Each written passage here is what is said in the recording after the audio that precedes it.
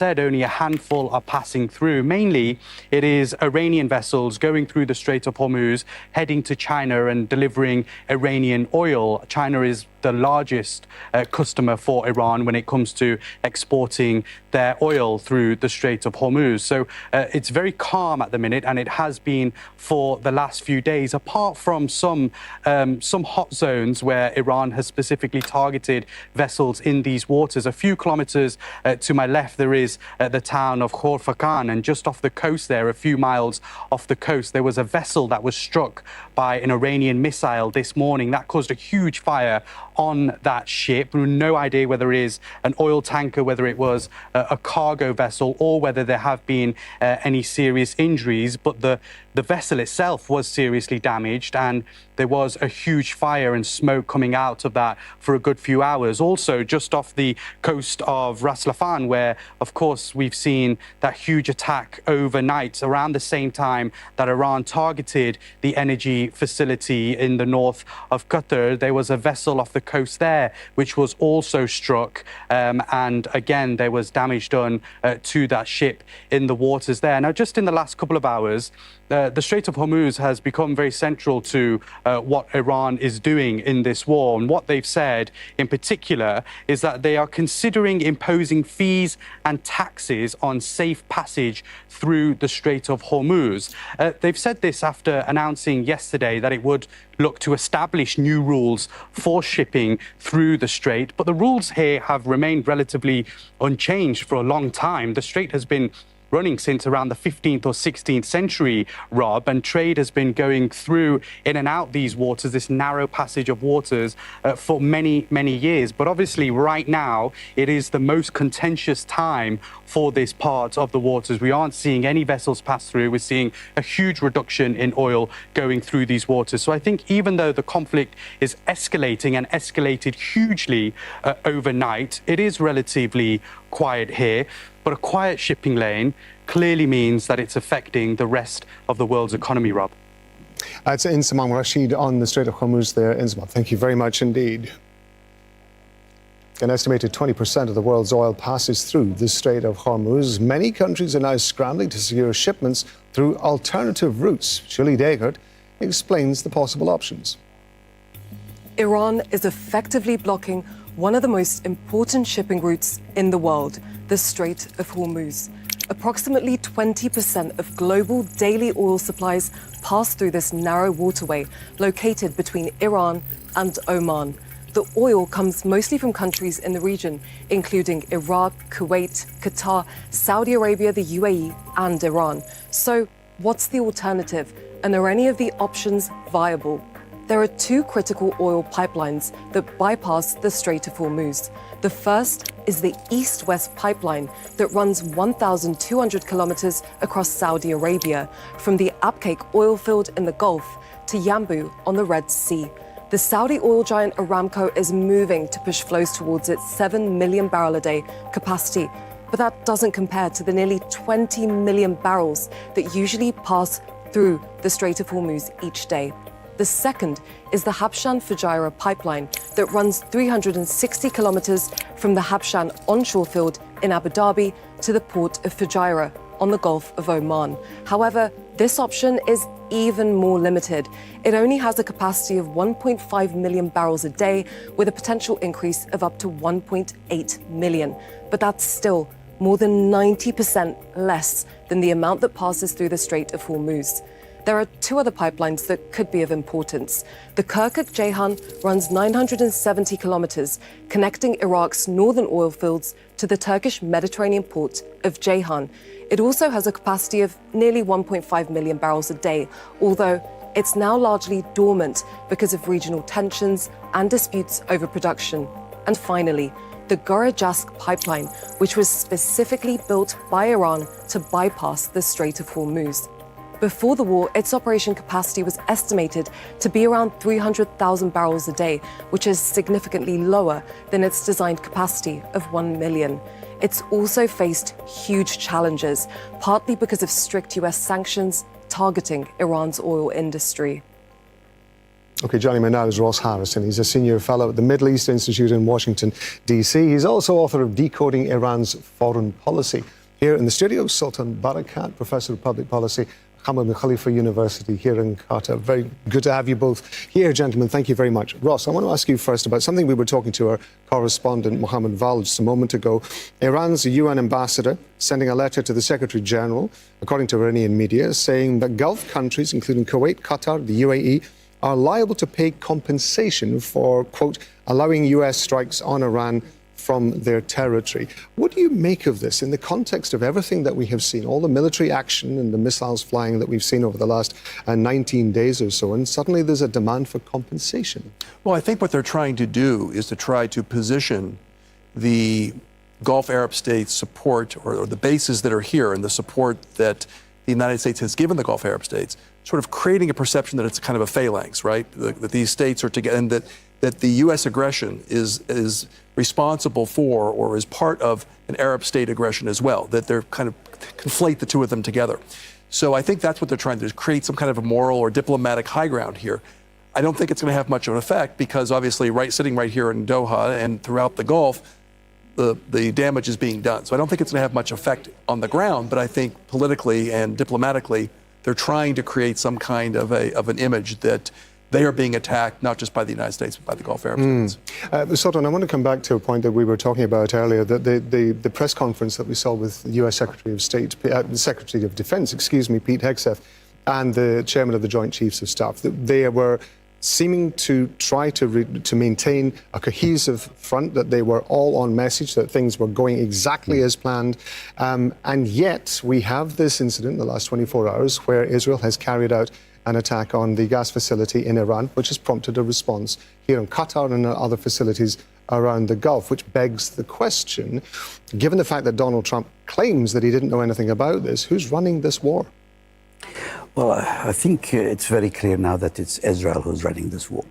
And in his own words, he admitted that there are two sets of objectives. There's the ones that the United States is pursuing and the ones that Israel is pursuing. Although he said that they're holding the cards, they obviously could not stop Israel from attacking a facility that they've already said before they shouldn't do. You know, the Americans, had they actually pursued their own objectives, around the Navy, the missiles, and the nuclear facilities, then there should be no civilian infrastructure targeted. And I think it's in their interest to ensure that happens because they're still banking on the Iranian public to rise and to turn the regime and to turn Iran into a state that is friendly towards the United States.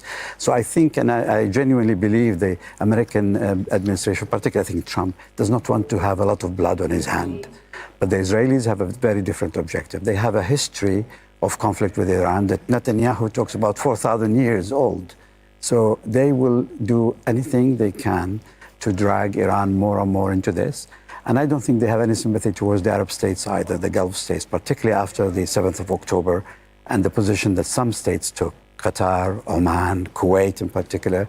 They don't mind if they see them all burn at the same time.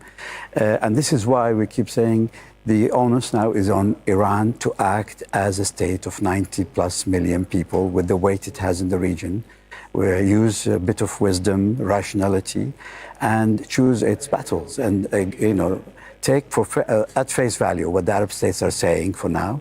And the same probably applies to the Arab states. They should take at face value what Iran is saying and engage in talks that at least neutralize this direct front between the Arabs and the Iranians. Because they have enough on their plate, confronting Israel as it is.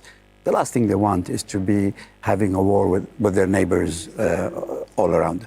And also it has implications for the days after.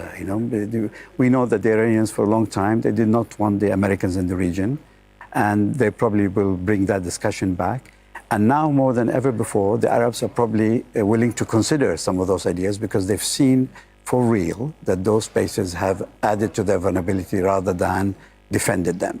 So it's in the Iranian interest now to really get hold of all this and to project a position what is worthy of Iran as a state and the civilization and so on. and not get drawn into the Israeli escalation. So Sultan's suggesting there that the conditions are becoming right for some sort of understanding between the Gulf nations and Iran if they want to be able to carry on a relationship the day after the conflict ends. In your estimation, though, is Iran actually in that position? Is it in the position where, as Sultan was suggesting, it should start behaving, in inverted commas, like a state, rather than a militia, rather than a knee-jerk reaction to every attack that is mounted upon it?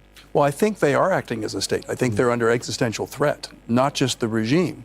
Initially, it was the regime with the killing of Supreme Leader Ali Khamenei. That was the attack on the regime. But I think now what we're seeing with the attacks on oil installations and on infrastructure and on hospitals and on population centers, they are now, this is an attack on the state. So they are acting for the state to survive.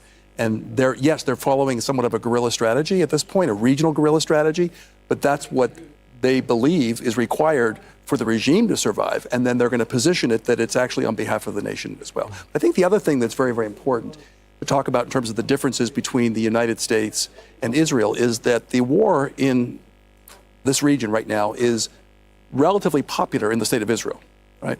With about 80% of the population supporting the war. Among the Jewish population, which is about 80% of the population, it's about 90-some%. It's the opposite in the United States. So I think what you're seeing to some degree is not so much divisions, but maybe potentially growing divisions that without any kind of off-ramp between the United States and Iran and between the Gulf Arab states and Iran, I think that's what you're going to see, some kind of potentially some fissures. The other thing I think is important to keep in mind is that right now the focus is on Iran as the aggressor here, right? Because we're being attacked, Saudi Arabia is being attacked. That's now in the middle of war. But I think eventually, when this war is over, I think what you're going to see is the Gulf Arab states question their whole security paradigm, because that, in theory, putting bases here was intended to provide security for the economic growth models that we see in the Gulf Arab states. So I think long term, I think you're going to see a bit of questioning of the United States and possibly, eventually, some kind of rapprochement with Iran. Right now, we can't see it, but I think long term, that's something we may want to look for. It's worth maybe pointing out that during that press conference we were just covering, the U.S. Defense Secretary Hegseth had said that the posture in future in the Middle East for the U.S. is going to be based on our national security. And I would imagine there are many Gulf countries who are now going to be thinking, well, what about us? Is it only going to be about you? Sultan, I want to bring the last question to you, because he did, as Pete Hegseth also referred to the ungrateful European allies that should be saying thank you to Donald Trump for carrying out this war in Iran. What's your assessment of where Europe is in all of this? Well, I mean, I'm surprised that he's surprised and he thinks they're being ungrateful. They're up to their eyebrows in a war with Ukraine. And he has been systematically undermining their position in that war, including now, diverting the supplies from supporting the Ukrainian army to a war that was totally unnecessary. And even worse, he's now thrown a lifeline to Putin to start selling gas and oil on the international market, including to India. Now they're talking about South Korea and others. So he's actually working against the very principle of defeating Putin. So it's not surprising that the Europeans will take a position like this, not to mention all the legality and the morality and all the principles that have been tested through the Gaza genocide and the position that some Europeans have taken as a result. So it's inevitable, I think, and it's, in a way, the Americans should reflect very carefully on this and not treat it the way he has been trying to do it, that this is just an odd thing that happened. The Europeans will come round to accept us, and they've been ungrateful. Sorry. I agree, except one additional piece, and that is that I think the Europeans, not necessarily trusting the justification for this war, are concerned that should they enter this conflict and provide support in the Strait of Hormuz, that it will actually be incendiary and inflammatory and actually make the situation worse. And then they will be embroiled in a war. So I think it's all the things that were said here, but I think it's also concern for their own security and their own contribution to the dynamics of this war. Okay, And gentlemen, also- we're going to have to. I'm so sorry. sorry. We're going to have to leave it there. But Ross Harrison, sort of Barankat, very grateful Thank to you you. for being with us on Al Jazeera. Thank you. Thank you very much indeed. Thank you. Sorry about that. I didn't mean that. Okay, I want to give you a look at some of the pictures we've been getting from the Iranian city of Qom. Now, the streets are full of people there who are out for a mass funeral for some of those who were killed in recent US-Israeli attacks on Iran. Among those being commemorated are Ali Larijani, Iran's security chief, who was killed in an Israeli airstrike, and Gholam Reza Soleimani, the Basij paramilitary commander. 84 sailors from an Iranian frigate hit by an American submarine are being mourned as well. It's one of the largest public gatherings in Iran since the conflict escalated. Now, as we've been reporting, Iranian attacks on Gulf energy facilities have caused the prices of oil and gas to soar. Europe's benchmark price for natural gas rose by 35% at the market open. The global crude benchmark, Brent crude oil, rose to as high as $116 a barrel. That's the highest price since Russia's invasion of Ukraine in 2022. The Iran war and the impact on energy prices is expected to dominate discussions at an EU leaders meeting in Brussels. Energy prices is the top priority. It was already, before the war in the Middle East, the absolute top priority of my agenda and I think the European agenda. And this has become all the more present, urgent after the events that we have been witnessing in the Middle East. And Stef Vassen has more from Brussels. It was supposed to be all about ramping up Europe's economies, struggling economies here in Europe. But now, of course, the war in Iran is dominating discussions, and especially these high energy prices. So there's a lot of plans or suggestions on the table, and one of the main ones is basically to decrease this so-called carbon tax, which is being paid here by factories, by consumers. It's around 11% of the energy bills being paid here in Europe. And there's now this request by certain countries, especially countries who use a lot of fossil fuels like Poland and Italy, to reduce this carbon tax. But on the other hand, Spain, for example, is a country with lots of renewables, and they really are not very keen to do this because they say this will basically slow down the whole energy transition in Europe, which is specifically important now with the flow of fossil fuels being significantly reduced because of the war. So this is going to be a very hot debate here in Brussels, and also the money for Ukraine, because Russia, they say, is very much benefiting from this war. Oil prices are really high, so they need to help Ukraine in this war. That's what Europe feels. So $100 billion is already promised as a loan to Ukraine, but now Prime Minister Viktor Orban of Hungary is blocking this loan because of a dispute about a pipeline. And this is something really crucial that needs to be solved very quickly before Ukraine is running out of money. I'm going to bring you some breaking news now. The UK, France, Germany, Italy and the Netherlands and Japan have issued a joint statement on the Strait of Hormuz in the last few minutes. They've all said, we condemn in the strongest terms recent attacks by Iran on unarmed commercial vessels in the Gulf. We call on Iran to cease immediately its threats, laying of mines, drone and missile attacks and other attempts to block the strait. We're going to take other steps to stabilize energy markets, including working with certain producing nations to increase output. James Medway is the co-director of Verdant. It's an economic policy think tank, and he's a former UK Treasury official. He says even if the conflict ends soon, it's going to take months for the price of gas and oil to return to their pre-war levels.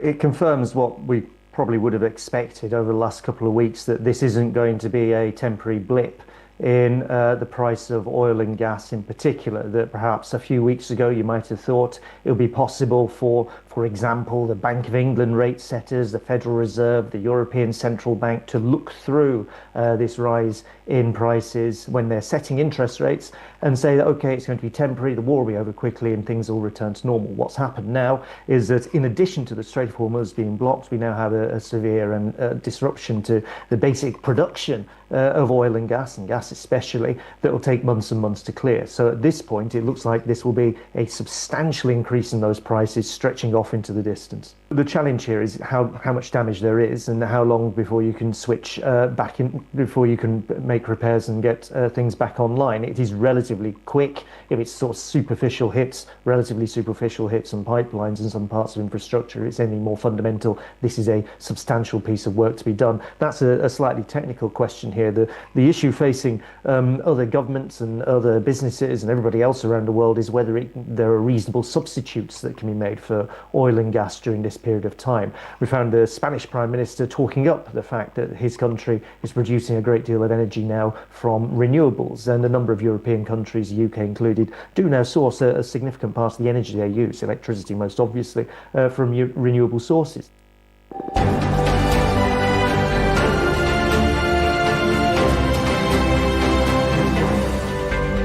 This is Al Jazeera's extensive coverage of the war between the US, Israel and Iran. Here's a reminder of the latest developments. Iran's army has warned it will completely destroy the energy infrastructure of US Gulf allies if its own facilities are attacked again. Iran hit several facilities in the region overnight, including a major liquefied natural gas complex in northern Qatar. Tehran has also targeted sites in Kuwait, the UAE and Saudi Arabia.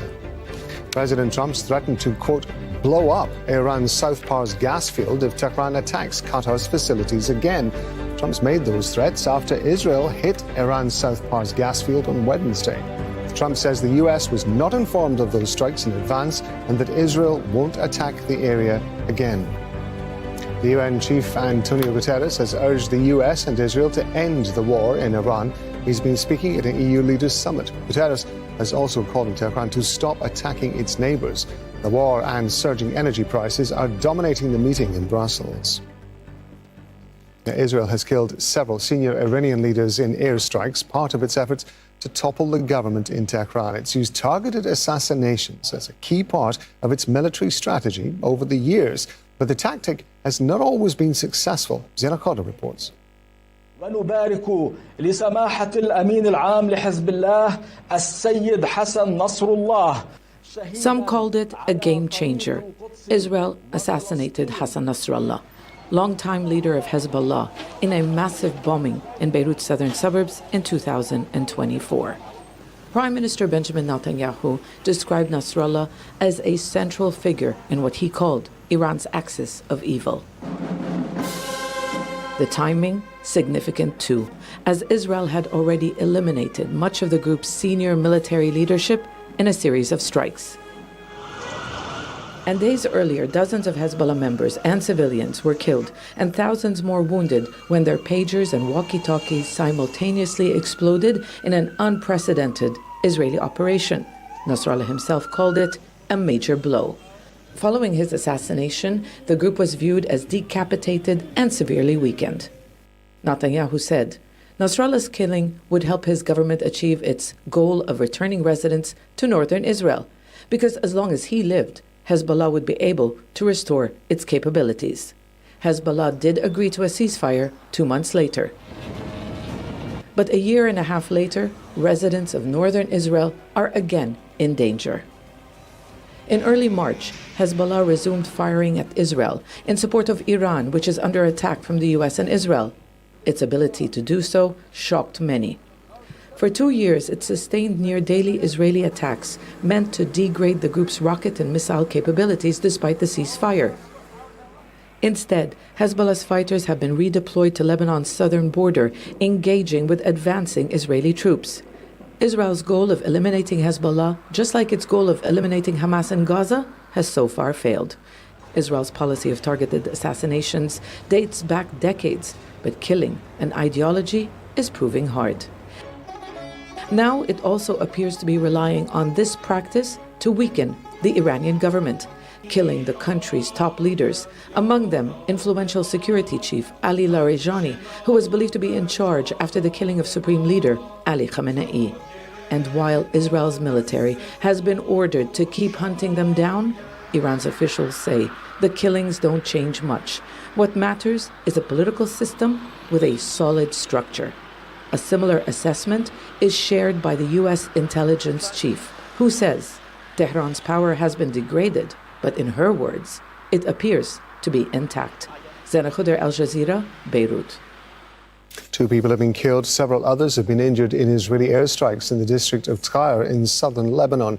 Now, these images show a strike east of Tyre and the destruction caused by that attack. The city is one of the world's oldest cities. It was placed under an evacuation warning late on Tuesday. Since March 2nd, Israel has stepped up attacks after what it says are Hezbollah positions, with daily airstrikes killing hundreds and displacing many more. And Tehran has responded to attacks with waves of missiles. Overnight strikes hit Israel in the occupied West Bank. For the first time, deaths and injuries were reported in the town of Beit Awa near Hebron. At least 3 Palestinian women were killed at a beauty salon. 13 others were wounded. Palestinian authorities say they're not sure if it was an Israeli interceptor or an Iranian missile that struck the building. Nidea Ibrahim's in the town of Beit Awa in the occupied West Bank. This place behind me is a beauty salon where women were gathering to prepare for Eid al-Fitr when a missile struck. Now, the father of Hadil, who owns the salon, says he heard the loud sound, he heard the women screaming. And when he went inside, he saw many body parts. He also saw a small toddler. He took her out of the scene and rescued her. Now, this 3.5-year-old daughter has survived, but her mother, who was also pregnant, has been killed alongside 2 other women in this missile attack. Now, Palestinian civil defense teams say that this was an intercepting Israeli missiles. While it's difficult to conclude whether it was an Iranian-fired missile or the injuries caused from the shrapnel of the Israeli interceptor, this is the Palestinian narrative. Palestinians find themselves in the middle of this war, and the presence of illegal Israeli settlements that are scattered across the occupied West Bank make them even more susceptible, more vulnerable to these attacks. It's a difficult day here, Palestinians tell us. It's a town in mourning as Palestinians find themselves caught in this war that they did not take part of, they did not choose, but they continue to suffer from. Nida Ibrahim, Al Jazeera, Beit Awa, the occupied West Bank. Defense Secretary Pete Hegseth says the U.S. is winning the war with Iran decisively and on Washington's terms. In a Pentagon media briefing, he was asked whether the U.S. had prior knowledge of Israel's attack on Iran's South Pars gas field. We have objectives. Those objectives are clear. We have allies pursuing objectives as well. And the truth speaks for itself. I mean, President Trump was very clear about that. Iran has weaponized energy for decades. Israel clearly sent a warning, and POTUS has made it clear, very clear. Iran knows when you hit Karg Island, and you hit military capabilities on Karg Island, which is the only thing we hit, we can hold anything at issue. Anything. The United States military controls the fate of that country. Iran has the ability to make the right choices. It should not, going forward, target Arab allies, Arab countries, trying to create pain, the pain that they created themselves. Well, Teresa Bo's live for us at the Pentagon. So Pete Hegseth reiterating his usual message, which is that the war is going ahead, it's on time, it's achieving its objectives, and everything that Washington has set out is happening. Did we hear anything new?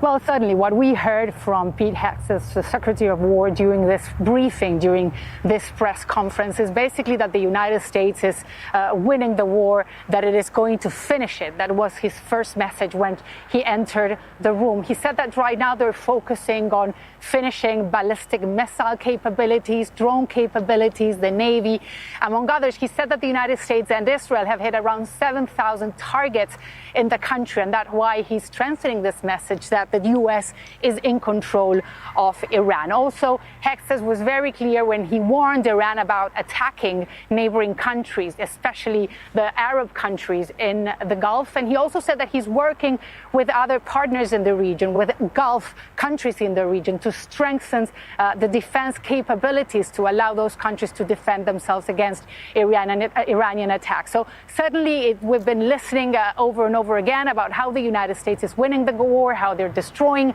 many of the capabilities that Iran has on the ground right now. But, you know, the reality seems it's a different one in Iran, where the government continues to be in control, where the government continues to attack other countries. So certainly the situation on the ground is completely different of what the Secretary of War is saying right now. Yes, and he didn't directly address the strikes on oil infrastructure we've seen over the last 24 hours or so. But Donald Trump has addressed those strikes. What's the president been saying? Well, certainly, Pete Hegseth did not mention during this briefing specifically those attacks on Iran, on gas fields on Iran. But we did hear the president talking exactly about that. He said that it was Israel behind that attack on Iran. It was not the United States, and definitely that Qatar had no information about what had happened there. And he also threatened Iran, saying that if any other type of attack happens in the Gulf, especially against Qatar, it will completely blow up the South Pars gas field. So certainly that was the president there speaking and saying and threatening Iran about what would happen if other attacks against the Gulf, especially against Qatar, happen again. And again, distancing the United States from Israel, saying that Israel was behind this attack on Iran and saying that it should not happen again. Teresa Bo there at the Pentagon. Thank you very much indeed. U.S. markets have just opened in the last few minutes, while stocks on Wall Street have fallen in value as crude oil prices continue to soar. This is the first reaction from American markets to the attacks on energy installations across the Gulf. Kristen Salumi is live for us now from New York. She's been monitoring the markets there, and they've just opened, I believe. Talk us through the numbers and what the reaction's been, Kristen. Yes, well, when crude oil futures shot up after the attacks in the Middle East, the markets here reacted, opening lower. We're seeing the Dow Jones Industrial Average, the S&P 500, the NASDAQ, all in negative territory, continuing this slow downward trend that we've been seeing in recent weeks. The Dow actually hit its low point for the year yesterday after it lost about 750 points. 4 weeks now we've been seeing the markets in this steady decline.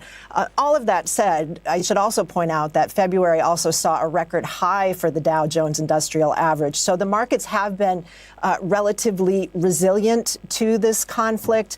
But again, what we're seeing is this slow, steady drip of downward trends as there's more negative news.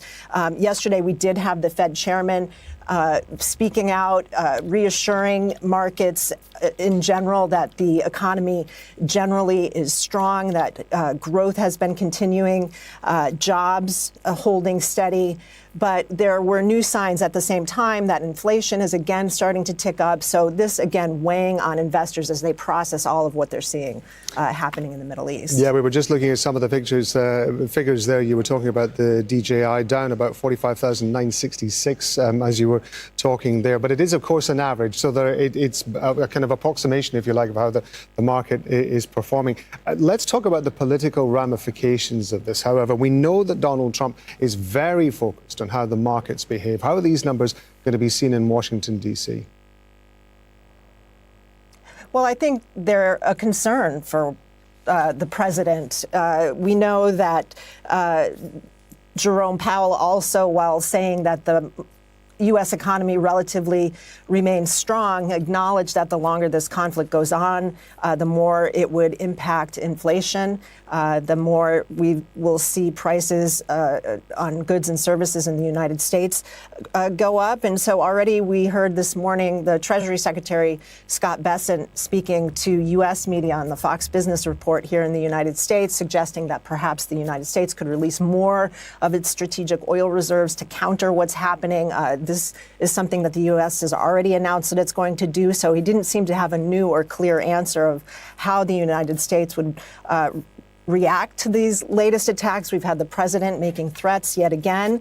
But I think the fact that Iran is still capable of inflicting this kind of damage on world commodity supplies is certainly going to be a concern for a president who's concerned about rising prices in the United States. As Kristen Salumi looking at the markets there for us from New York. Thank you very much indeed. Well, South Korea is considering buying oil from Russia due to the Middle East conflict. Seoul stopped importing Russian crude at the end of 2022 after the invasion of Ukraine. It's now openly debating easing sanctions to safeguard its supplies. South Korea imports about 70% of its crude oil through the Strait of Hormuz. Jack Barton's got more from Seoul. We've seen in Singapore the Europe gas futures market opening with European gas prices up 27%. In South Korea and Japan, the main stock indexes both down around 3%. And South Korea's currency, the Korean won, closing at a 17-year low as the main Kospi index closed today. Really disastrous results across Asia, reflecting not just that there is a concern about how long the Strait of Hormuz will remain blocked by Iran, but that even if it opens again, that a lot of the energy infrastructure in that region may be damaged and irreparable for some time to come. That is of critical importance for countries like South Korea and Japan, which are almost wholly dependent on oil and gas imports, the majority of which come from the Middle East. And the question here, of course, is how long refineries, the energy grid and the factories can keep going in this current situation. The government here is taking measures. It has a cap on the price of fuel coming out of the refineries, the first time that's happened since the Asian financial crisis in 1997. It has also been releasing some of the country's reserves, and it has managed to get some additional fuel supplies coming through from the UAE that do not need to pass the Strait of Hormuz. But questions are now being raised here. Should South Korea begin importing oil and gas from Russia again? This hasn't happened since 2022 when sanctions came into effect, but the situation is becoming so dire that the government is now considering it. Jack Barton, Al Jazeera, Seoul. Fuel prices continue to rise in Zimbabwe. The government insists the country has more than 3 months' worth of fuel stocks to prevent a national shutdown. Authorities say they're working with oil traders to secure alternative supply routes not affected by the Iran war. Hannah Mutasa reports from Harare. Earlier this week, the price of petrol and diesel in Zimbabwe was between $1.71 and $1.77 per litre. Now look at that board there behind me. Those are now the new prices. The price of diesel is now $2.05 per litre. The price of blend, which is the cheaper petrol, is $2.17. And the price of unleaded, which is petrol of a better quality, is $2.19 per litre. Zimbabweans are shocked and surprised by the steep price increase. This is the first time fuel has breached the $2 mark in this country. I think this is going to cause a dramatic situation in the country. The increase in prices of every goods and services, I think that way it's going to be a hazard. Now we don't know how we are going to cope with this situation. Prices are going up, even transportation, which will go up also. The government says the conflict in the Middle East is why fuel is so expensive now in this country. When people want to go shopping, for example, they normally go to the big supermarkets, or they can sometimes come here downtown to what we call the tuck shops to try and get bargains, goods at cheaper prices. Now, of course, when the price of fuel goes up, the price of food will also likely go up. In the past, the government has tried to impose price controls, try to force businesses to keep prices low, but that has sometimes ended up hurting the economy. Hannah Mutasa, Al Jazeera, Harare. Well, the escalating conflict in the Middle East is disrupting Kenya's tea trade. Nearly 65% of its tea exports go to markets affected by the war between the US, Israel and Iran. But with Iran restricting shipping through the Strait of Hormuz, vessels loaded with cargo are in limbo. Catherine Soy reports from Mombasa, a major global tea trade port where exporters are facing uncertainty. Tea exports at a warehouse in Kenya's port city of Mombasa with nowhere to go.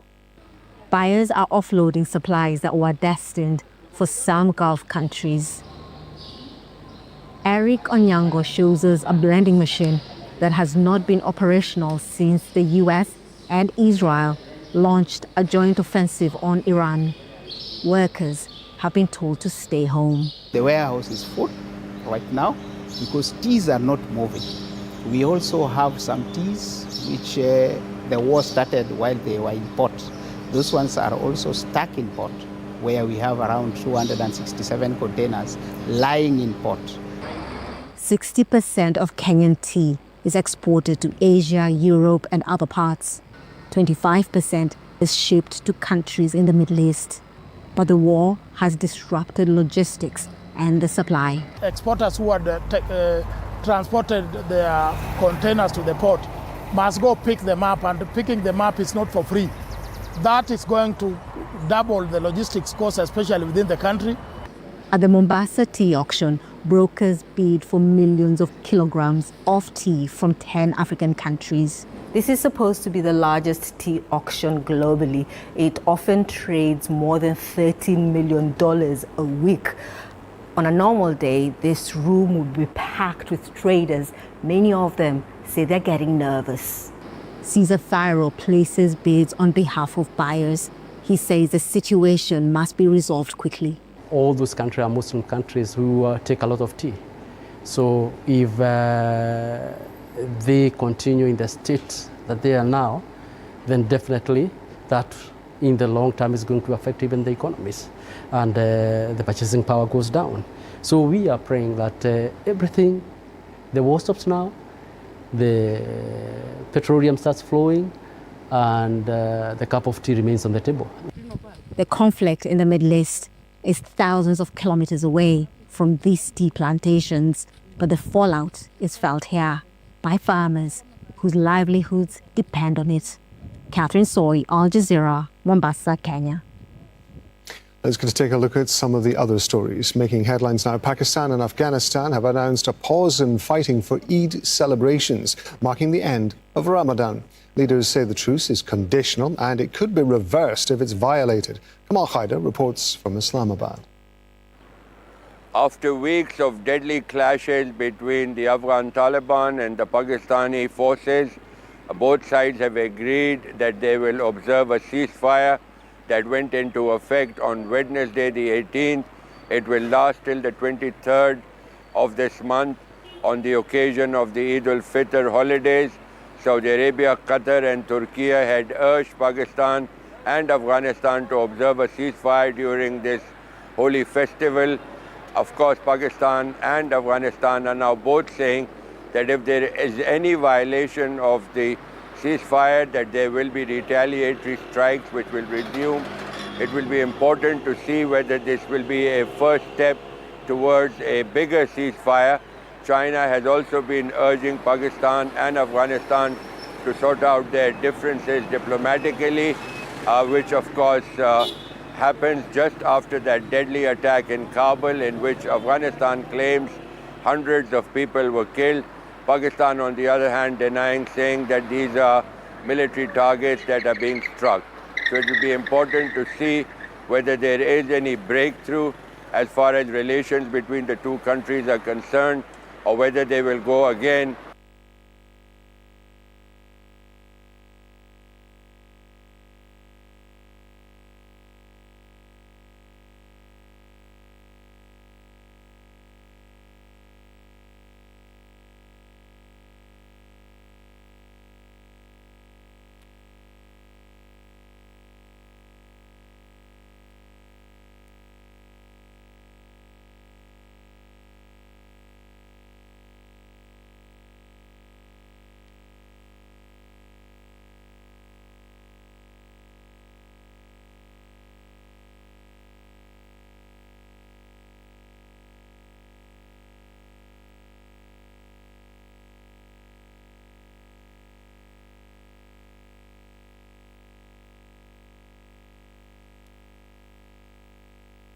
مستحيل. احنا مش بنصنع حلقوم عشان ناكل ونشرب، لا، خدمه للناس او نعمل فرحه قليله في قلب الناس، لانه ما فيش عندنا لا مواد لا امور لا اكتفاء، فيش اي مقومات للحياه، فاحنا بنصنع الحاجه بصعوبه وبعجوبه بنجيبها عشان نصنعها بس عشان نفرح الناس ونفرح اهل شعبنا، لانه معابر مسكره وحياه مقفله علينا، واحنا بنقدر من اي حاجه نصنع سعاده للناس.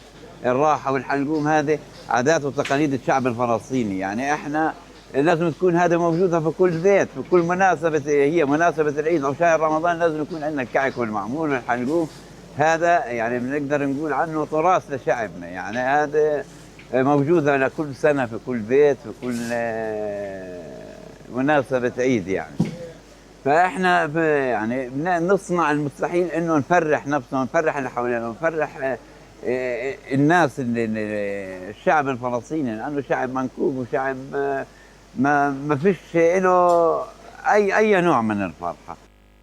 Well, as the Iran war escalates, the quantity and quality of AI-generated content is soaring. A deepfake is designed to deceive, manipulate, or increase engagement during the war. Lucia Newman explains from Washington, D.C. A massive Iranian missile attack in Tel Aviv. Inside, keep moving. Another one appears to wipe out a U.S. military base in Riyadh, while yet another causes massive damage to this building in Bahrain. All dramatic images that went viral on social media, all of them fake. A cascade of disinformation about the war in Iran is spreading like wildfire, contaminating social media with deep fake. I'm in the middle of the Iran war with missiles and other deadly weapons whizzing past me. You probably don't believe me, nor should you. But today's generated AI has dramatically expanded the ability of propagandists and state actors to very easily fabricate satellite imagery that is incredibly believable. A new kind of information warfare. Another example, AI-edited satellite imagery used by the Tehran Times, falsely depicting the destruction of a U.S. radar base in Qatar, although on close examination, it's not the real building. But most consumers don't know the difference. Researchers have found that Google's AI overviews and Google Lens sometimes produced inaccurate summaries by treating AI-generated images as real, while Meta's oversight board has criticized its deepfake detection mechanisms as inadequate. Wake up, Daddy Son. At the same time, the U.S. War Department is under fire for using official government media outlets to combine entertainment with real-life violence. Popular video games like these promote war missions in Iran, adding authentic military operations. The aim is to project power. In other cases, it's to confuse the adversary or the general public by exaggerating enemy damage, or, on the contrary, portraying the enemy as suffering greater losses. All of this creating a cascade of disinformation about what is already turning into a global security crisis. Lucia Newman, Al Jazeera, Washington. I'm going to be back in a couple of minutes. I'm Rob Matheson. Stay with us on Al Jazeera. The latest news as it breaks. The situation looks to be far from de-escalation as the continuous exchange of fire remains the reality on the ground. With detailed coverage. As U.S. casualties mount from the growing conflict with Iran, 3/4 of Americans say that the country should be cautious of regime change wars. From around the world. Evacuation orders were issued for this town, but it was just a few minutes after that intense Israeli strikes targeted the town.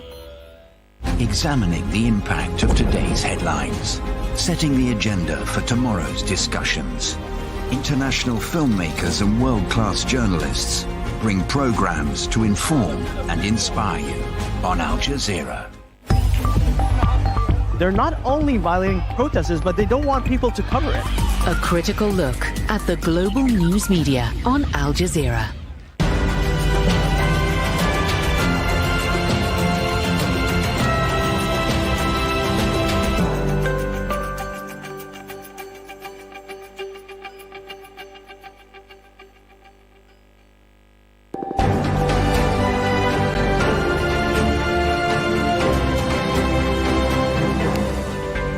You're watching Al Jazeera's extensive coverage of the war between the US, Israel, and Iran. I'm Rob Matheson in Doha. Iran's military threatens to carry out more attacks on Gulf oil and gas facilities if Tehran's energy infrastructure is targeted again. President Donald Trump says the US did not know about Israel's plan to attack Tehran's largest gas field on Wednesday. it should not, going forward, target Arab allies, Arab countries, trying to create pain, the pain that they created themselves. And the Pentagon tells Iran to stop targeting Gulf countries while refusing to put a deadline on U.S. military action in the Middle East. Oil and natural gas prices spike around the world in direct response to the strikes on energy targets. Brent crude is trading at more than $110 a barrel. Energy prices is a top priority. And the war in Iran and rising energy prices top the agenda at an EU leaders meeting in Brussels.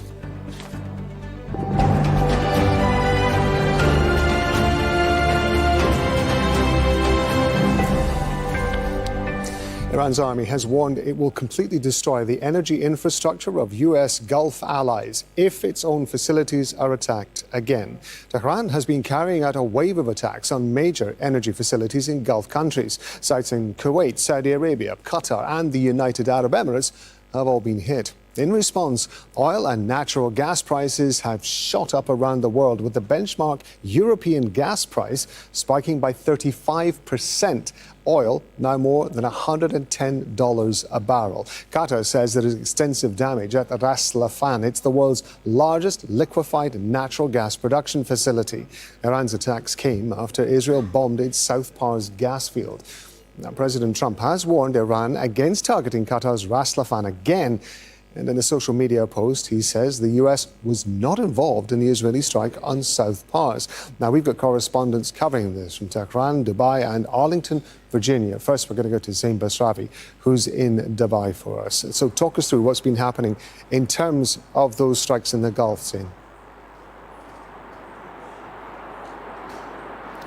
Well, the day after those strikes that were very sobering, it really was precedent-setting, a taboo that has been lifted of Iran attacking its Gulf Arab neighbors over the course of the last 3 weeks, really reached a crescendo with this targeting of energy infrastructure, 5 locations in Saudi Arabia, the UAE, and Qatar.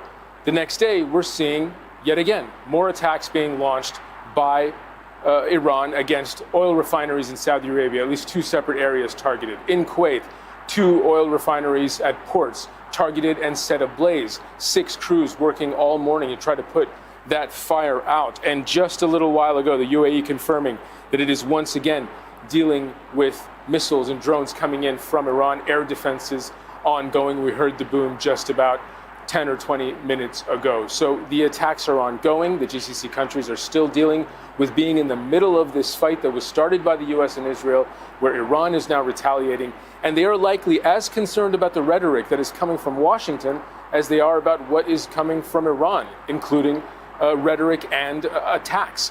Pete Hegseth has just been giving a press conference in which he said Arab neighbors should not be attacked, but struck a very strong tone suggesting that there was going to be only more conflict going forward. And this is the real problem for GCC leaders. There's a cadence, there's a rhythm to this conflict. There's escalation by the US and Israel, there's retaliation and reaction by Iran, and then it stress tests the ability of GCC leaders to stay the course, stay out of the fight, but also push for a diplomatic solution. And that gets louder every time there is an episode of escalation. What we've seen is even before the attacks on oil refineries and energy infrastructure, the Omani FM, in an opinion piece in The Economist, was calling for dialogue and saying that there must be a return to the negotiating table, and suggested the idea to begin the process with a non-aggression treaty. Now, this is the first person to say this outside of Iran, a non-aggression treaty in the region. Now, whether or not that will survive these ongoing escalations, that is really the question that leaders here in the GCC are grappling with at the moment. Zain, stay with me because I want to come back to you in a couple of minutes, but I want to go also to Mohammed Val from Tehran. Mohammed, Iran's Foreign Minister Abbas Araghchi has just posted on social media. He says, our response to Israel's attack on our infrastructure employed a fraction of our power. He said the only reason for restraint was respect for requested de-escalation. Zero restraint of our infrastructures has struck again. Any end to this war must address damage to our civilian sites. Let's go back to Mohammed Val. An interesting timing of this tweet, Mohammed, given the fact that he's talking about making reference to a request for de-escalation. What more do we know about this? Well, not much, Rob. We know that there have been some efforts that were mentioned by the Iranian leaders during the last few days, particularly 3 or 4 days ago.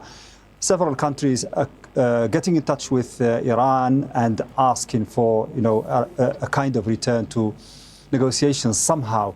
But that has been, superseded by what happened, the killing of Larijani and the 2 other main leaders in this country. And that's a pattern here that we see. Every time there is talking about rapprochement or about negotiations, Israel strikes again and kills new Iranian leaders. So the Iranians here are looking at that as an attempt, a constant attempt by Israelis to botch any attempt at returning to the negotiation table. We have no clarity or details about who approached who to ask for that de-escalation and so on. But what we understand here and what everybody here understands in Iran is that Iranians are escalating in order to de-escalate.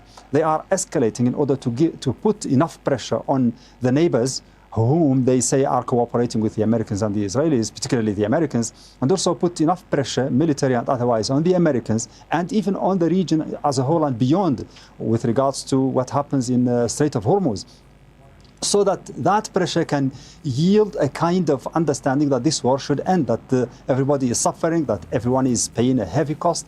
And so the Iranians are escalating, as I said, in order to de-escalate. And that's why the foreign minister has mentioned probably that phrase. And the Iranians are saying that as long as the aggression is going on, they have only to retaliate and do the same thing. So they have to retaliate. They have to strike back stronger and stronger. And they are promising to be threatening to have more weapons, more new missiles and so on. And they are talking about an open-ended scenario in which Iran can continue to defend itself. So that's also another message to the Israelis and Americans, that if they think that they are about to finish this war by defeating Iran, by obliterating Iran's capabilities, both military and otherwise, then they are mistaken. That's Mohammed Raw breaking that down for us from Tehran. Mohammed, thank you very much indeed. Well, Defense Secretary Pete Hegseth says the U.S. is winning the war with Iran decisively and on Washington's terms. In a Pentagon media briefing, he was asked whether the U.S. had prior knowledge of Israel's attack on Iran's South Pars gas field. We have objectives. Those objectives are clear. We have allies pursuing objectives as well. And the truth speaks for itself. I mean, President Trump was very clear about that. Iran has weaponized energy for decades. Israel clearly sent a warning, and POTUS has made it clear, very clear. Iran knows when you hit Karg Island and you hit military capabilities on Karg Island, which is the only thing we hit, we can hold anything at issue, anything. The United States military controls the fate of that country. Iran has the ability to make the right choices. It should not, going forward, target Arab allies, Arab countries, trying to create pain, the pain that they created themselves. Well, Teresa Bowes live for us near the Pentagon in Arlington in Virginia. So Pete Hegseth, during that press conference that we covered, pretty bullish as usual. Nevertheless, he also mentioned that the Pentagon is seeking about $200 billion to fund the war. Well, certainly. And Pete Hegseth came in and again saying that the United States was going to finish this, that the United States is winning the war, that the United States is in control of the country, saying that they have hit around 7,000 targets alongside Israel in Iran, destroying ballistic missile capabilities, drones, the Navy, among others. So certainly that's the message that the United States is sending right now. And what was interesting also during that press conference is Hegseth saying and threatening Iran, saying that Iran should not be attacking Arab countries, should not be attacking Gulf allies of the United States. Also saying that the United States is working alongside Arab countries in the region to increase defense capabilities to protect them from attacks coming from Iran. So certainly we've been listening the same speech in a way from the Pentagon, from the Secretary of War, about how successful this whole campaign is, even though the situation on the ground is completely different. The Hegseth saying that the United States is in control of the country right now, while on the ground the government continues to be in control. So certainly a same message, a victory message that many around the world are not seeing right now. Yeah, and one of the things he didn't directly discuss, of course, with the strikes on the oil infrastructure that we've seen here in the Gulf in the last 24 hours. However, Donald Trump, the US president, has been talking about this. Well, certainly, and Pete Hegseth did not mention quite specifically about the ongoing situation on the ground of the attacks on the oil and gas infrastructure in the Gulf, and also that it happened in Iran. But we saw a social media from President Donald Trump saying that the United States had no involvement in the attack on the South Pars gas field, that it was Israel behind that attack, and saying that Qatar was not involved at all in the attack that happened in Iran right now. However, we're seeing from Reuters right now that is reporting that Israel says its attack on the gas facilities was coordinating with the United States. So certainly there's lots of messages going around about what exactly happened. But what is clear is that the support of the US president is giving the Gulf countries, especially Qatar, right now also threatening that if Iran dares to attack Qatar again, it will blow up the entire South Pars gas field with a power that Iran has never seen before. Those were the words of the President of the United States on his social media account. So certainly, even though Hegseth did not mention exactly what's been going on, Donald Trump was very clear to get that message out. Teresa, thank you very much indeed. That's Teresa Bo talking to us there from near the Pentagon in Arlington, Virginia. We're going to go to Zain Basravi back in Dubai. We know that there was a meeting by the Gulf states in Riyadh just within, again, the last 24 hours or so. The states certainly seeing what's been happening as an escalation, particularly with the targeting of gas installations here in Qatar. What is it likely to mean on the ground here? Well, we're getting a sense of exactly what the impact has been on the ground. We've talked about the economic impact. We've talked about the taboo removed of war being perpetrated by Iran on places where it is such an incongruent reality. But very practically, there's a report coming out from Reuters that gives us an assessment of damage at the Ras Laffan LNG facility that was bombed just yesterday. And this really gives us a sense of the kinds of things that GCC leaders are no doubt talking about, what is no doubt front-loaded in every conversation happening between leaders here right now. In an exclusive interview to Reuters, the CEO of Qatar Energy says that Iran's attack wiped out 17% of Qatar's LNG capacity for up to 5 years. That is a massive, massive hit. In the interview, he goes on to say that 14 LNG trains, 1 out of 2 gas-to-liquid facilities were damaged. Oil major ExxonMobil is the partner in the damaged facilities, and they have a holding stake there. With Qatar Energy holding part of it as well. They'll be losing 12.8 million tons of LNG for 3 to 5 years. Again, 17% of their export capacity. And all in all, this facility was a $26 billion facility to build years ago. The repairs of it, that cost still being calculated. And what the CEO is saying is that they may have to declare a force majeure for contract terms for up to 5 years, and will not be able to meet their contracts for supplies to Italy, Belgium, Korea, China. The knock-on effects of this are now set in stone. What's happened has happened, and this is now pretty much a certainty that for the next 3 to 5 years, LNG supplies will be hit. Qatar supplies 20% of the world's global LNG supply. It is critical to the global energy chain, and it is a link that has been broken. Zain Basravi bringing us up to date there from Dubai. Zain, thank you very much indeed.